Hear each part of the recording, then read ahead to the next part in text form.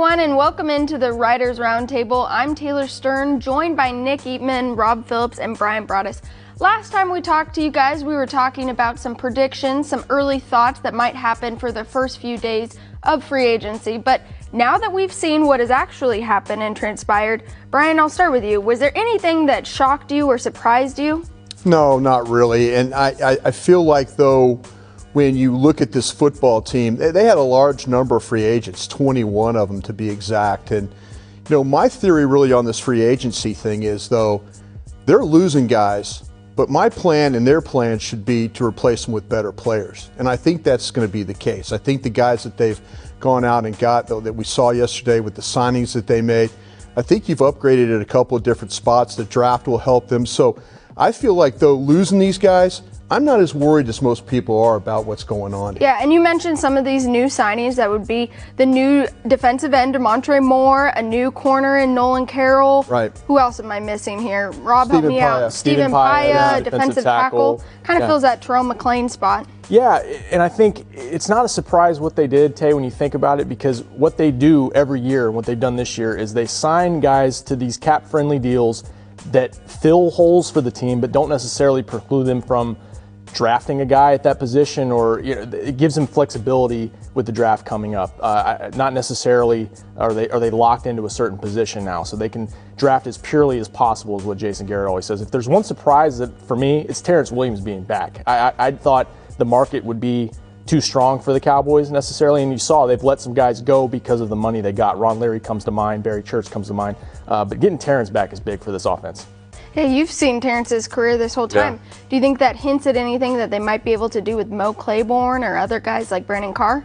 Well, I think the Nolan Carroll move probably makes sure that one of those two guys isn't coming back. And I still think Carr has a chance to come back. Mo, you know, he's been talking to some other teams here, and he might be on the move there. But just like Rob said, you know, a move like Carroll, it just kind of tides them over a little bit. If cornerback is the best spot for them in the draft at 28 or in the second round, they're going to go over that route. So Nolan Carroll, Stephen Paia, DeMarcus Ware, good enough to maybe play and plug in right now. Not going to keep them from drafting that position in the draft. I will say this, though, about Moore, and he's been really an underachiever, third-round pick out of Texas A&M.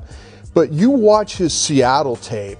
In that scheme, which is very similar, it's not the players are the same, the scheme is the same.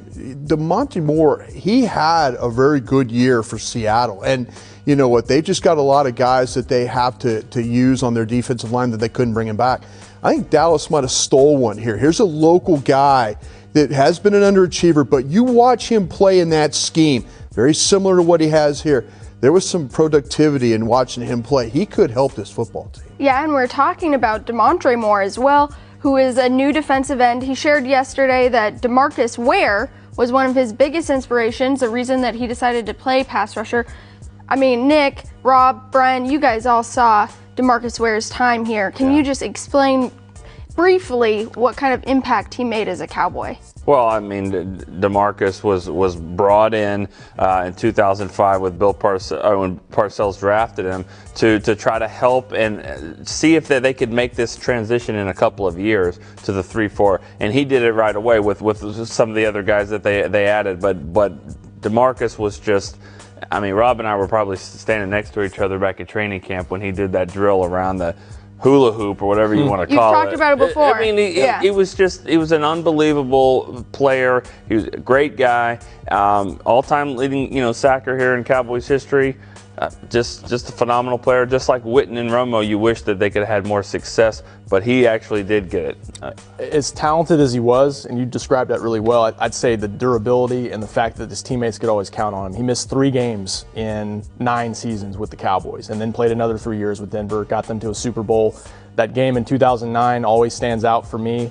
Carted off the field against San Diego, and 6 days later comes back with the neck strain.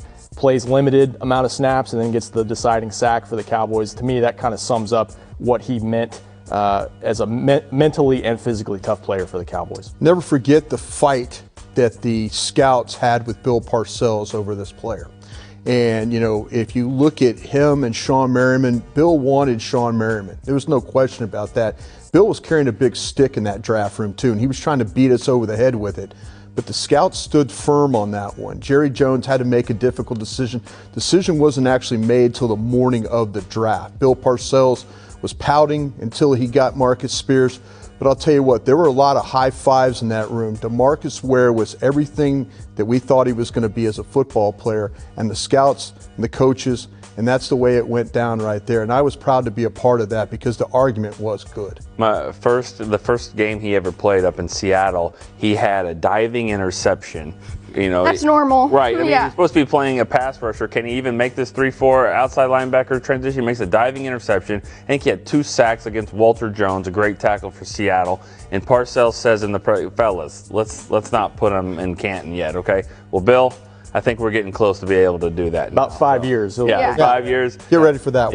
Yeah. He will be going to Canton, and we're seeing these other guys retire, different things like that happening. Stay tuned for all things free agency, other offseason events on DallasCowboys.com. Thank you so much for watching.